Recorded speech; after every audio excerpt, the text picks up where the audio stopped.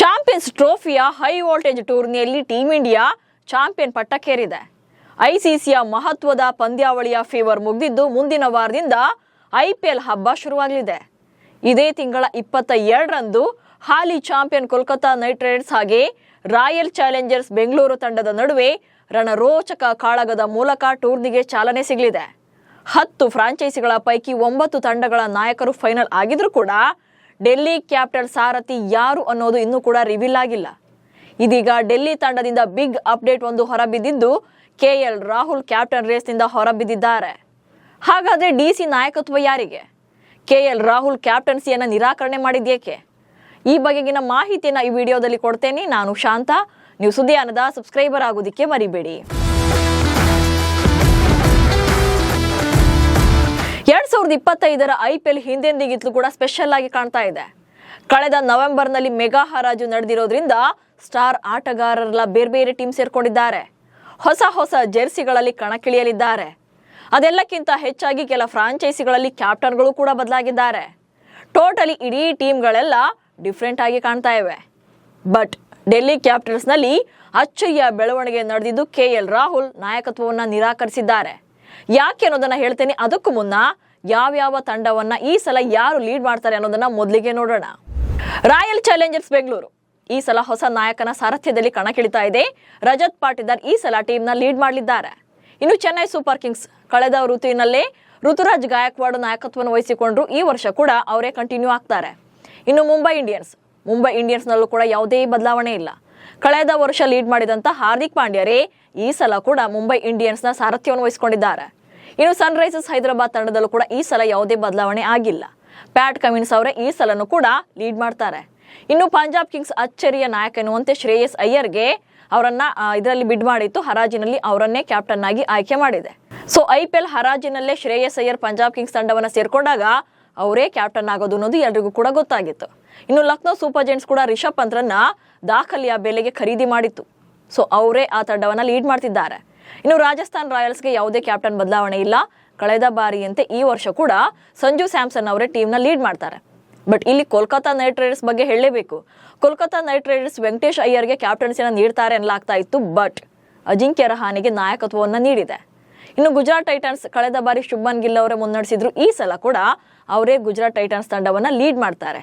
But ಈಗ ಇರೋ ಪ್ರಶ್ನೆ ಡೆಲ್ಲಿ ಕ್ಯಾಪಿಟಲ್ಸ್. ಯಾಕಂದ್ರೆ ಐಪಿಎಲ್ ಆರಂಭಕ್ಕೆ ಇನ್ನೊಂದೇ ವಾರ ಬಾಕಿ ಇದ್ದು 9 ತಂಡಗಳ ನಾಯಕರು ಅನೌನ್ಸ್ ಆಗಿದ್ದಾರೆ. ಬಟ್ ಡೆಲ್ಲಿ ಕ್ಯಾಪಿಟಲ್ಸ್ಗೆ ಇನ್ನೂ ಕೂಡ ಫೈನಲ್ ಆಗಿಲ್ಲ. ಆಲ್ರೌಂಡರ್ ಅಕ್ಷರ್ ಪಟೇಲ್ ಮತ್ತು star wicket keeper batter KL Rahul ಇಬ್ರು ಕೂಡ ಪ್ರಬಲ ಸ್ಪರ್ಧಿಗಳಾಗಿದ್ರು. ಇದರ ನಡುವೆ ರಾಯಲ್ ಚಾಲೆಂಜರ್ಸ್ ಬೆಂಗಳೂರು ತಂಡದ ಮಾಜಿ ನಾಯಕ ಫಫ್ ಡುಪ್ಲೆಸಿಸ್ ಕೂಡ ಡೆಲ್ಲಿ ಕ್ಯಾಪಿಟಲ್ಸ್ ತಂಡವನ್ನ ಸೇರ್ಕೊಂಡಿದ್ದಾರೆ. ಸೊ ಹೀಗಾಗಿ ಕ್ಯಾಪ್ಟನ್ಸಿ ರೇಸ್ನಲ್ಲಿ ಅವರ ಹೆಸರು ಕೂಡ ಮುಂಚೂಣಿಗೆ ಬಂದಿತ್ತು. ಬಟ್ ಅಂತಿಮವಾಗಿ ಅಕ್ಷರ್ ಪಟೇಲ್ ಅಥವಾ ಕೆಎಲ್ ರಾಹುಲ್ ಇಬ್ಬರಲ್ಲಿ ಒಬ್ರು ನಾಯಕ ಆಗ್ತಾರೆ ಎನ್ನಲಾಗಿತ್ತಾದ್ರೂ ಕೂಡ ಕೆಎಲ್ ರಾಹುಲ್ ಇದೀಗ ತಾವಿಯೇ ರೇಸ್ನಿಂದ ಹೊರಬಿದ್ದಿದ್ದಾರೆ. ಕ್ಯಾಪ್ಟನ್ಸಿ ಬೇಡ, ಜಸ್ಟ್ ಪ್ಲೇಯರ್ ಆಗಿರ್ತೇನೆಂದ ರಾಹುಲ್. 2025ರ ಐಪಿಎಲ್ಗೆ ಕೆಲವೇ ದಿನಗಳಷ್ಟೇ ಬಾಕಿ ಇದೆ. ಈ ಸೀಸನ್ ಅಲ್ಲಿ ಡೆಲ್ಲಿ ಕ್ಯಾಪಿಟಲ್ಸ್ ತಂಡದ ನಾಯಕತ್ವವನ್ನು ವಹಿಸಿಕೊಳ್ಳೋದು ಟೀಂ ಇಂಡಿಯಾದ wicket keeper batter KL Rahul ಅನ್ನೋದು ಹೇಳಲಾಗ್ತಾ ಇತ್ತು. ಹೀಗಾಗಿ ರಾಹುಲ್ ಅವರನ್ನೇ ಲೀಡ್ ಮಾಡಿ ತಂಡವನ್ನ ಅಂತ ಫ್ರಾಂಚೈಸಿ ಕೂಡ ಕೇಳ್ಕೊಂಡಿದೆ. ಆದ್ರೆ ನಾಯಕನಾಗೋಕೆ ರಾಹುಲ್ ಒಪ್ಪಿಲ್ಲ. ಈ ಆಫರ್ನ ತಿರಸ್ಕಾರ ಮಾಡಿದ್ದಾರೆ. ಅಲ್ಲದೆ ತಂಡಕ್ಕಾಗಿ ಜಸ್ಟ್ ಬ್ಯಾಟ್ಸ್ಮನ್ ಹಾಗೆ ವಿಕೆಟ್ ಕೀಪರ್ ಆಗಿ ಆಡೋದಾಗಿ ತಿಳಿಸಿದ್ದಾರೆ. ಈ ಬಗ್ಗೆ ರಿಪೋರ್ಟ್ ಮಾಡಲಾಗಿದೆ. ಆದ್ರೂ ಕೂಡ ಡೆಲ್ಲಿ ಕ್ಯಾಪಿಟಲ್ಸ್ ಫ್ರಾಂಚೈಸಿ ಇನ್ನೂ ಕೂಡ ತನ್ನ ಅಂತಿಮ ನಿರ್ಧಾರವನ್ನು ತಗೊಂಡಿಲ್ಲ. ಮತ್ತೊಮ್ಮೆ ರಾಹುಲ್ ಅವರನ್ನ ಕನ್ವಿನ್ಸ್ ಮಾಡೋಕೆ ಮುಂದಾಗಬಹುದು. ಆದ್ರೆ ಹಾಗೇನಾದ್ರೂ ಕೆಎಲ್ ರಾಹುಲ್ ಮತ್ತೆ ಒಪ್ಪದೇ ಇದ್ರೆ, ನಾಯಕತ್ವವನ್ನು ನಿರಾಕರಣೆ ಮಾಡಿದ್ರೆ ಡೆಲ್ಲಿ ಕ್ಯಾಪಿಟಲ್ಸ್ ಮುಂದೆ 2 ಆಯ್ಕೆಗಳಿವೆ. ಆಲ್ರೌಂಡರ್ ಅಕ್ಷರ್ ಪಟೇಲ್ಗೆ ಪಟ್ಟಾಭಿಷೇಕ ಫಿಕ್ಸ್. ಕೆಎಲ್ ರಾಹುಲ್ ನಾಯಕತ್ವವನ್ನು ವಹಿಸಿಕೊಳ್ಳೋದೇ ಇದ್ರೆ ಡೆಲ್ಲಿ ಫ್ರಾಂಚೈಸಿ ಮುಂದೆ 2 ಆಯ್ಕೆಗಳಿವೆ. ಅದರಲ್ಲಿ ನಂಬರ್ 1 ಅಕ್ಷರ್ ಪಟೇಲ್. ಟೀಂ ಇಂಡಿಯಾದ star all rounder Akshar Patel DC ಕ್ಯಾಪ್ಟನ್ಸಿಗೆ ಮೊದಲನೇ ಚಾಯ್ಸ್ ಆಗಬಹುದು. ಅಲ್ಲದೆ ಈ ಹಿಂದೆ ಕೆಲ ಪಂದ್ಯಗಳಲ್ಲಿ ತಂಡವನ್ನ ಮುನ್ನಡೆಸಿರುವಂತ ಅನುಭವ ಕೂಡ ಹೊಂದಿದ್ದಾರೆ. ಹಾಗೆ ಅನುಭವಿ ನಾಯಕನಾಗಿ ಫಫ್ ಡುಪ್ಲೆಸಿಸ್ ಕೂಡ ಡೆಲ್ಲಿ ಕ್ಯಾಪಿಟಲ್ಸ್ ತಂಡಲಿದ್ದಾರೆ. ಬಟ್ ಇಲ್ಲಿ ಫಫ್ ಡುಪ್ಲೆಸಿಸ್ ರನ್ನ ಪಿಕ್ ಮಾಡೋದು ಕಡಿಮೆ ಇರಬಹುದು. ಯಾಕಂದ್ರೆ ಫಫ್ಗೆ ಈಗಾಗಲೇ ಅನುಭವ ಇದ್ರೂ ಕೂಡ ಅವರ ವಯಸ್ಸು 40+ ಆಗಿರೋದ್ರಿಂದ ಭವಿಷ್ಯದ ದೃಷ್ಟಿಯಿಂದ ಅಕ್ಷರ್ ಪಟೇಲ್ಗೆ ಮಣೆ ಹಾಕಬಹುದು. ಹೀಗಾಗಿ ಸ್ಟಾರ್ ಆಲ್ರೌಂಡರ್ ಅಕ್ಷರ್ ಪಟೇಲ್ ತಂಡದ ಕ್ಯಾಪ್ಟನ್ ಆಗೋದು ಬಹುತೇಕ ಕನ್ಫರ್ಮ್ ಆಗಿದೆ.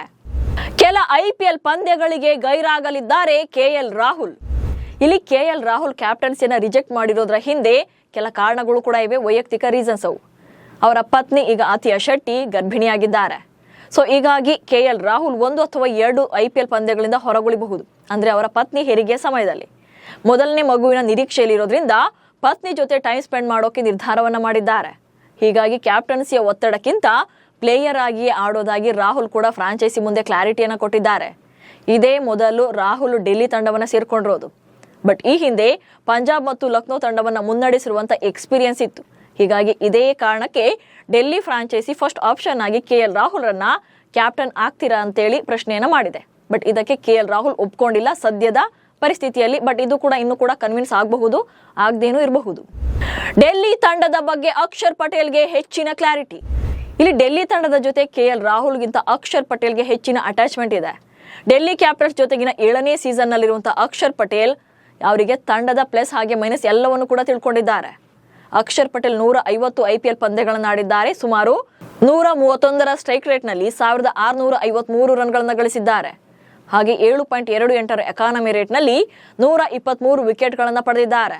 ಹೀಗೆ ಬ್ಯಾಟಿಂಗ್ ಮತ್ತು ಬೌಲಿಂಗ್ ಎರಡರಲ್ಲೂ ಕೂಡ ತಂಡಕ್ಕೆ ನೆರವಾಗಬಲ್ಲರು ಅಕ್ಷರ್ ಪಟೇಲ್. ಅಲ್ಲದೆ ಡೆಲ್ಲಿ ತಂಡ ಹರಾಜಿಗೂ ಮುನ್ನ 18 ಕೋಟಿ ರೂಪಾಯಿಗೆ ಅಕ್ಷರ್ ಪಟೇಲ್ರನ್ನ ರಿಟೈನ್ ಮಾಡಿಕೊಂಡಿತ್ತು. ಈ ಅದ್ಭುತ ಅನುಭವದಿಂದ ಅವರಿಗೆ ಡೆಲ್ಲಿ ತಂಡದ ನಾಯಕತ್ವ ಸಿಗೋದು ಹೆಚ್ಚಿನ ಸಾಧ್ಯತೆ ಇದೆ. ಇನ್ನು ಡೆಲ್ಲಿ ಕ್ಯಾಪಿಟಲ್ಸ್ ತಂಡ ತನ್ನ ಮೊದಲ 2 ಪಂದ್ಯಗಳಿಗಾಗಿ ವಿಶಾಖಪಟ್ಟಣಕ್ಕೆ ತೆರಳುವ ಮುನ್ನ ದೆಹಲಿಯಲ್ಲಿ ಒಂದು ಸಣ್ಣ ತರಬೇತಿ ಹಾಗೆ ಅಭ್ಯಾಸ ಶಿಬಿರವನ್ನು ನಡೆಸೋಕೆ ಪ್ಲಾನ್ ಮಾಡಿದೆ. ಮಾರ್ಚ್ 17 ಮತ್ತು 18ರಂದು ವಿಶಾಖಪಟ್ಟಣದಲ್ಲಿ ಅಕ್ಷರ್ ಪಟೇಲ್, KL ರಾಹುಲ್, ಕುಲ್ದೀಪ್ ಯಾದವ್, ದಕ್ಷಿಣ ಆಫ್ರಿಕಾದ ಟ್ರಿಸ್ಟಾನ್ ಸ್ಟಬ್ಸ್, ಆಸ್ಟ್ರೇಲಿಯಾದ ಆಟಗಾರರಾದ ಜೇಕ್ ಫ್ರೇಜರ್ ಮೆಕ್ಗುರ್ಕ್ ಮತ್ತು ಮಿಚೆಲ್ ಸ್ಟಾರ್ಕ್ ಸೇರಿಕೊಳ್ಳಲಿದ್ದಾರೆ. ಪಂಜಾಬ್ ಮತ್ತು ಲಕ್ನೋ ತಂಡ ಮುನ್ನಡೆಸಿದ್ದ ರಾಹುಲ್. IPLನಲ್ಲಿ KL ರಾಹುಲ್ಗೆ ಟೀಮ್ ಲೀಡ್ ಮಾಡಿರುವಂತಹ ಸಾಕಷ್ಟು ಅನುಭವ ಇದೆ. 2013ರಲ್ಲಿ IPLಗೆ ಪದಾರ್ಪಣೆ ಮಾಡಿದ್ದ ರಾಹುಲ್ ಈವರೆಗೂ 4 IPL ತಂಡಗಳಲ್ಲಿ ಆಡಿದ್ರು. ಫಸ್ಟ್ ಸೀಸನ್ನಲ್ಲೇ ರಾಯಲ್ ಚಾಲೆಂಜರ್ಸ್ ಬೆಂಗಳೂರು ತಂಡಕ್ಕಾಗಿ ಆಡಿದಂಥ ರಾಹುಲ್ 2014 ಮತ್ತು 15ರಲ್ಲಿ ಸನ್ ರೈಸರ್ಸ್ ಹೈದರಾಬಾದ್ ಭಾಗವಾಗಿದ್ರು. ಆ ಬಳಿಕ 2016ರಲ್ಲಿ RCBಗೆ ರೀಜಾಯ್ನ್ ಆಗಿದ್ರು. ಇನ್ನು IPL 2017ರ ಸೀಸನ್ನಲ್ಲಿ ಗಾಯದ ಕಾರಣದಿಂದಾಗಿ ಕಣಕ್ಕಿಳಿದಿರಲಿಲ್ಲ, ಅಂದ್ರೆ ಆ ಇಡೀ ಟೂರ್ನಿ ಆಡಿರಲಿಲ್ಲ. ಆನಂತರ 2018ರಿಂದ 2021ರವರೆಗೆ ಪಂಜಾಬ್ ಕಿಂಗ್ಸ್ ಅನ್ನ ಪ್ರತಿನಿಧಿಸಿದ್ರು. ಇನ್ನು 2022ರಲ್ಲಿ ಲಕ್ನೋ ಸೂಪರ್ ಜೈಂಟ್ಸ್ ಸೇರಿದಂತ KL ರಾಹುಲ್ ಕಳೆದ 3 ವರ್ಷಗಳಿಂದ ಲಕ್ನೋ ತಂಡವನ್ನ ಲೀಡ್ ಮಾಡಿದ್ರು. ಇದೀಗ 2025ರ IPLನಲ್ಲಿ ಡೆಲ್ಲಿ ಕ್ಯಾಪಿಟಲ್ಸ್ ತಂಡವನ್ನ ಸೇರಿದ್ದು ಇದು KLಗೆ 5ನೇ IPL ತಂಡವಾಗಿದೆ. ಚಾಂಪಿಯನ್ಸ್ ಟ್ರೋಫಿಯಲ್ಲಿ ಅದ್ಭುತ ಪ್ರದರ್ಶನ ನೀಡಿದ್ದ KL. ಇನ್ನು ಮೊನ್ನೆಯಷ್ಟೇ ಮುಕ್ತಾಯವಾದಂತಹ ಚಾಂಪಿಯನ್ಸ್ ಟ್ರೋಫಿಯಲ್ಲೂ ಕೂಡ KL ರಾಹುಲ್ ಅದ್ಭುತ ಪ್ರದರ್ಶನ ನೀಡಿದ್ರು. ಚಾಂಪಿಯನ್ಸ್ ಟ್ರೋಫಿಗಾಗಿ ಅನೌನ್ಸ್ ಆದಂತ ಭಾರತ ತಂಡದಲ್ಲಿ ಮೊದಲ ವಿಕೆಟ್ ಕೀಪರ್ ಬ್ಯಾಟರ್ ಆಗಿ KL ರಾಹುಲ್ ಸೆಲೆಕ್ಟ್ ಆಗಿದ್ರು. ಪಂತ್ ಕೂಡ ಸೆಲೆಕ್ಟ್ ಆಗಿದ್ದ ಕಾರಣಕ್ಕೆ KL ರಾಹುಲ್ ಅವರಿಗೆ ಚಾನ್ಸ್ ಸಿಗುತ್ತಾ ಅಥವಾ ರಿಷಬ್ ಪಂತ್ನ ಕಣಕ್ಕಿಳಿಸ್ತಾರ ಅನ್ನೋಂಥ ಪ್ರಶ್ನೆಗಳು ಸಾಕಷ್ಟು ಕೇಳಿ ಬಂದಿದ್ವು. ಈ ಸವಾಲುಗಳನ್ನೆಲ್ಲ ಮೆಟ್ಟಿ ನಿಂತು ಸಿಕ್ಕ ಅವಕಾಶವನ್ನ ರಾಹುಲ್ ಸಮರ್ಥವಾಗಿ ಉಪಯೋಗಿಸಿಕೊಂಡಿದ್ರು. ಇವರು ಬ್ಯಾಟಿಂಗ್ ಮತ್ತು ಕೀಪಿಂಗ್ ನಲ್ಲಿ ಕೂಡ ಅತ್ಯದ್ಭುತ ಪ್ರದರ್ಶನ ನೀಡಿ ಭಾರತದ ಗೆಲುವಿನಲ್ಲಿ ಕೀ ರೋಲ್ ಅನ್ನು ಪ್ಲೇ ಮಾಡಿದ್ರು. KL ರಾಹುಲ್ ಚಾಂಪಿಯನ್ಸ್ ಟ್ರೋಫಿಯಲ್ಲಿ ಆಡಿದಂತ 5 ಪಂದ್ಯಗಳ ಪೈಕಿ 4 ಇನ್ನಿಂಗ್ಸ್ ನಲ್ಲಿ ಬ್ಯಾಟನ್ನ ಬೀಸಿದ್ರು. ಕೇವಲ ಒಂದ್ಸಲ ಮಾತ್ರ ಔಟ್ ಆಗಿದ್ರು. 4 ಇನ್ನಿಂಗ್ಸ್ಗಳಿಂದ 140 ರನ್ಗಳನ್ನ ಸಿಡಿಸಿದ್ರು. ಸಣ್ಣ ಇನ್ನಿಂಗ್ಸ್ ಆಡಿದ್ರು ಕೂಡ ತಂಡದ ಗೆಲುವಿನಲ್ಲಿ ದೊಡ್ಡ ಪಾತ್ರವನ್ನು ವಹಿಸಿದ್ರು. ಇನ್ನು ಟೂರ್ನಿ ಯುದ್ಧಕ್ಕೂ ಕೂಡ ಟೀಮ್ ಇಂಡಿಯಾ ಪಾಲಿಗೆ ಫಿನಿಷರ್ ರೋಲ್ ಪ್ಲೇ ಮಾಡಿದ್ರು. ಹೀಗೆ ಚಾಂಪಿಯನ್ ಆಗಿ IPLಗೆ ಕಾಲಿಡ್ತಿರುವಂತ ರಾಹುಲ್ ಇದೀಗ ಕ್ಯಾಪ್ಟನ್ಸಿಯನ್ನು ನಿರಾಕರಿಸಿ ಸುದ್ದಿಯಲ್ಲಿದ್ದಾರೆ. ಇನ್ನು KL ರಾಹುಲ್ಲೇ ಹೇಳಿದಂತೆ ಅವರು ಯಾವತ್ತೂ ಕೂಡ ವೈಯಕ್ತಿಕ ನಂಬರ್ಗಳಿಗೋಸ್ಕರ ಆಡೋದಿಲ್ಲ, ತಂಡದ ಗೆಲುವಿಗಾಗಿ ಆಡ್ತೀನಿ ಅಂದಿದ್ರು. ಅದನ್ನು ಉಳಿಸ್ಕೊಂಡಿದ್ದಾರೆ ಕೂಡ.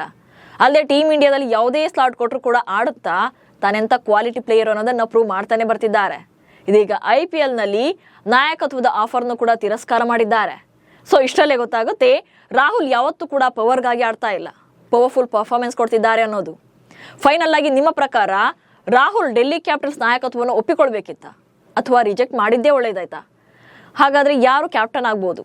ಈ ಬಗ್ಗೆ ಕಮೆಂಟ್ಸ್ ಮೂಲಕ ತಿಳಿಸಿ. ಹಾಗೆ ಸುದ್ದಿಯಾನವನ್ನು ಫಾಲೋ ಮಾಡಿ. ನಮಸ್ಕಾರ.